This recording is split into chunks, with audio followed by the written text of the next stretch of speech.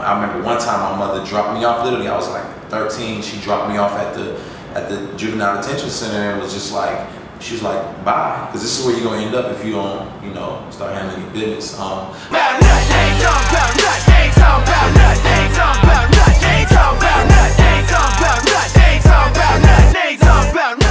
I've always really just, you know, loved hip hop. My cousins, when I was a little kid, they were big into hip hop, so they always had like vinyl and were going to the record store, bringing back home stuff, staying up late, watching the old MTV raps and all that type of stuff. So I just was a little kid, like hanging on their shoulders, and probably around 11, just started rapping with kids in the neighborhood. It was it after that. It was just kind of a passion. I remember being in 7th grade, and I thought I was, you know, I was rapping. It was fun. And my homeboy used to write songs and stuff like that all the time. And when I got to 7th grade, I went to a different school, and it was like, yo, we battle rap here. So I was like, oh, okay. So it was like, so just be ready to have a battle, because dudes battle rap at the lunch table. So I'm at home, I'm writing my little battle rap or whatever. And I'm like, I hope this is good, you know, because I ain't never done this before. And then I got out there and demolished this dude and embarrassed him, and I was like, okay, I guess I'm not bad. You know what I mean? It was something like, it was something silly. It was like slithering like a snake in the grass, taking care of you and your crew. You got to know it's an easy task. When I strike, it'll hurt like a snake bite. I make you wet your pants and your mom tuck you in at night. It was like all kind of little crazy stuff, but yeah. Well, when I was staying with my grandmother as a little kid, she just didn't want me listening to it. You know, she didn't want me staying up late, and then some of the stuff my cousins were listening to, you know, it was like Too Loud Crew and stuff like that. So, you know, she was just like, like, you know, you 6, 7 years old, you don't need to hear this stuff. So, you know, so I just would sneak out of my bed and go into the living room when my cousins were up late at night watching videos, and then I would just peep stuff out. That's when I got into it. I grew up with a mother who was heavily involved in civil rights, and education was big for her. You know, growing up in Third Ward, Houston, and having to eat dirt when you're hungry, and, you know, just facing all that racial oppression, and just when you're trying to raise up your son, you want to keep him out the system, and you want him to be educated. So I had this, like, I'm growing up in this environment where, you know, to be a man meant you were tough, and gangs was on the rise, and it's just like all the things you're influenced by. But yet I had this upbringing, this mother who was about me being more of an activist, more of a learner and a reader. And so being into like arts and poetry, but at the same time, you know, my idea of what masculinity was a real gangster bravado. So I was just conflicted, you know, and trying to figure out who I was. Yeah, it's a line in there, and you know, I said I wish nobody had to sell crack, because maybe I would have seen my dad a little more. And you know, just as a little kid, you know, I think during the crack epidemic and whatnot, it was all fun and games. I remember plenty of times my mom telling me she didn't know it was as dangerous of a drug. You know, I would stay at somebody's house, literally, they're cooking crack on the stove and people getting high, but it was like everyone was having fun doing drugs, and no one realized like this is going to demolish families. So my father eventually became a victim of that, and you know, just disappeared. He was no longer in the picture.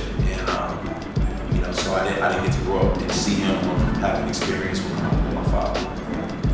Man, you don't understand, my mother was like a freedom fighter. Like, my mother kept me in school. My mother just fought like all the time. Like, I would get suspended, I'd be on the verge of being expelled, and my mom shows up there and is like, you know, no, like, I would choke you, you know what I'm saying? Like, this ain't happening. I remember one time my mother dropped me off, literally, I was like 13, she dropped me off at the juvenile detention center, and was just like, she was like, bye, because this is where you're gonna end up if you don't, you know, start handling your business. My mother used to work as a corrections officer, so she was used to dealing with people, you know, and like helping people get, you know, working with tough minds and whatnot, so yeah. That's good, man. Oh man, it's embarrassing when you think about it now, but I mean, it's funny when I think about it now, but it was embarrassing back then because I got into it. I transferred schools. We moved out to the Dallas area, and you know, you get to school and you just acting like, you know, you're the tough dude. You know, like I ain't, you know, yeah, I'm me. You know what I mean? And and some cat named Big Willie. I think he was like 19 in the 10th grade, and somebody said, yo, you looked at him crazy, and I was like, I don't care, man. I don't care about no Big Willie, you know what I'm saying? I don't care. I looked at crazy, you know, and then I saw a dude, and I was like, hey, he's pretty big, you know what I mean? That's the dude they said I looked at crazy, and they was like, yeah, him and his boys was after you, and after school, I just got mobbed by him and his crew, and I was dodging punches, and I was like, oh snap, you know, I took off. A wrench flew by my head when I got outside. I was like, yo. And it was embarrassing at the time, because they're like, you should have stood your ground, you should have fought. Well, I was in college 99 through 03. And so, you know, for me, you pledged frat? Yeah, pledged fraternity, Kappa Alpha Psi. And you know, college was a new experience. It taught me to think critically. It helped me to just kind of think like a responsible man, and to kind of shed a lot. I had never seen like intelligent black men kind of like walking in that light, and so I didn't feel as much like I had to be, you know, everything that the hood said I had to be in order to be a man. So it was a new, good experience for me. 2002 was just like, I almost dropped out of school, went through a lot of crazy stuff, and you know, it was probably one of the toughest years of my life, honestly. Just trying to find myself in relationships, so on and so forth, and you know, just got myself into a lot of binds, and that was the year as well when I pressured my girlfriend into having an abortion when she was pregnant. So it was a rough year. I always rapped, and I wanted to produce first. So I really I looked up to the Neptunes and whatnot, and Timberland, and I wanted to be a producer. And so when I was in Texas, I was like producing stuff for a lot of local Texas artists. But it would just be some times when I just wanted to vent vocally on the microphone. And I was gravitated toward the Nas's and the Scarface, the Andre 3000s, you know, who kind of had that deep kind of spiritual side. And I felt like that voice was kind of missing. And so I dabbled there, but I felt hypocritical because I was talking about a reality that I wasn't living. And I got real convicted one day. I was recording some dudes and they was rapping and they started saying some stuff about God that I just didn't believe was true. And I was like, man, I'm producing this song and I don't agree with nothing these dudes are saying. And it just kind of, it challenged me to be more authentic, to be myself, and to, you know, to really start pursuing, you know,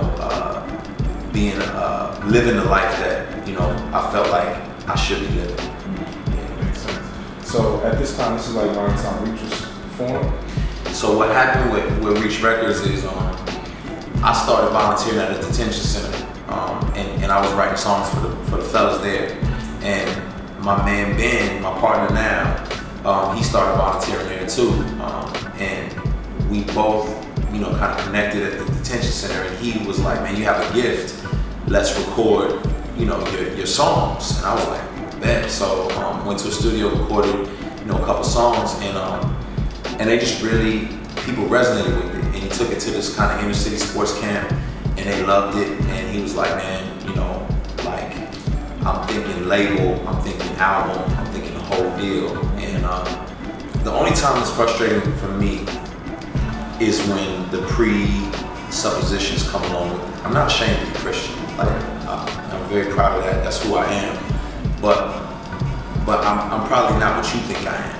And that hinders people from listening to your music. So it's almost like, it feels almost like a civil rights type of thing. If someone says, oh, I don't like black people because they steal and they kill.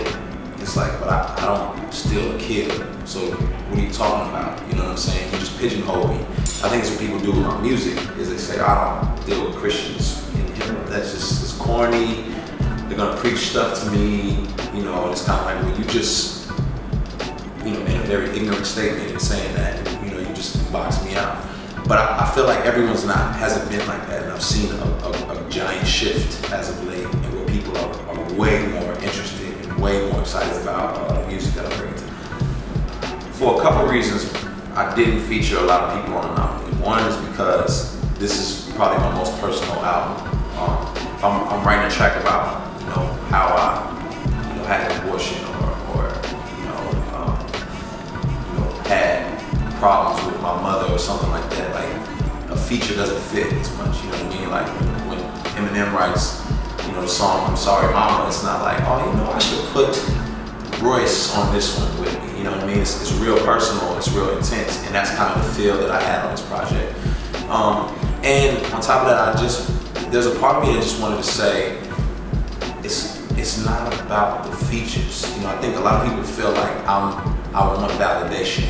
You know what I mean? I think as oh, he did the song with B.O.B. or Crit or, you know, Paul, whatever. It's like he wants this validation from hip hop. And for me, it's like, nah, I'm really not looking to be validated. I just like good music, and I want to do good music with these people. So, yeah. Speaking of validation, you know, Gravity got you the Grammy. Like, do you feel validated now at this point? I mean, because it's like you're an independent artist. You know, charted high on Billboard, you know, you have a Grammy, like, how do you feel at this point in your career? Yeah, I'm very confident in what I do. I'm not, you know, I don't do it for any of those reasons, but I'm grateful that people acknowledge it in those realms. But I'm confident in the sense of like, I know me, you know, I'm not searching for my identity. So I don't need an award to say, okay, I'm somebody now.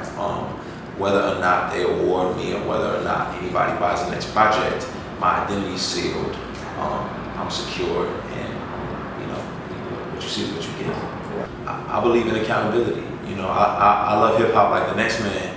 And I think if you love someone, if you love your child, you're gonna discipline your child. I'm not saying hip hop's my child, but if you love a family member and you see them, you know, hurting themselves, you're gonna say, yo, pump the brakes, pause. And that's really what nothing is. It's like, come on, man, I believe in y'all. I believe we're better than this. You know, all the self-degradation and misogyny, like we're more than that. And that can't be what defines us as a culture.